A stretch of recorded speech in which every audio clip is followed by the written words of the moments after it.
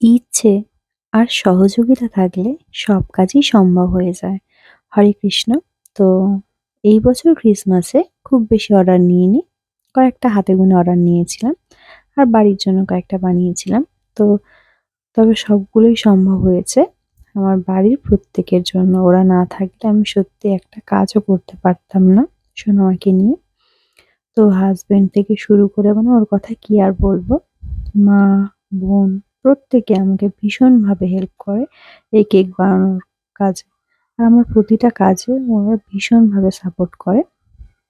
তো যাই হোক, এই কেক বানাতে বানাতেই বলি, আমি যে এত বছর কেক বানাচ্ছি, মানে খুব বেশি বছরও হয়নি।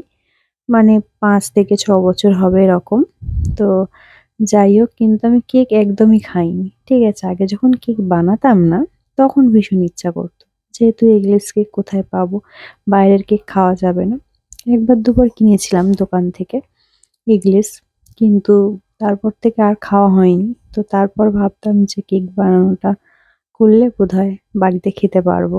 ওমা! দেখি নিজেই আর খাই না। মানে আর ইচ্ছে করে না। মনে হয় সব হোম মেকাররা মনে হয় এরকমই হয়।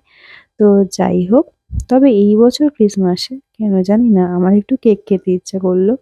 তো নিজের জন্য একটা বানিয়েওছিলাম আর খেয়েওছিলাম। মানে ভগবানকে ভোগ লাগিয়ে, আমরা তো প্রসাদ ছাড়া কোনো কিছু খাই না। তো এই কটা অর্ডারই নিয়েছিলাম। আর শেষমেশ ২৫শে ডিসেম্বরের দিনও এই ৩ টে কেকের অর্ডার খুব সাডেন পেয়েছিলাম। তো বাড়িতে আমাকে সবাই হেল্প করেছিল কেকটা বানানোর জন্য, মানে কেকগুলো বানানোর জন্য। তবেই বানাতে পেরেছিলাম। সত্যি এরকম সহযোগিতা করলে সব কাজই সহজ হয়ে যায়।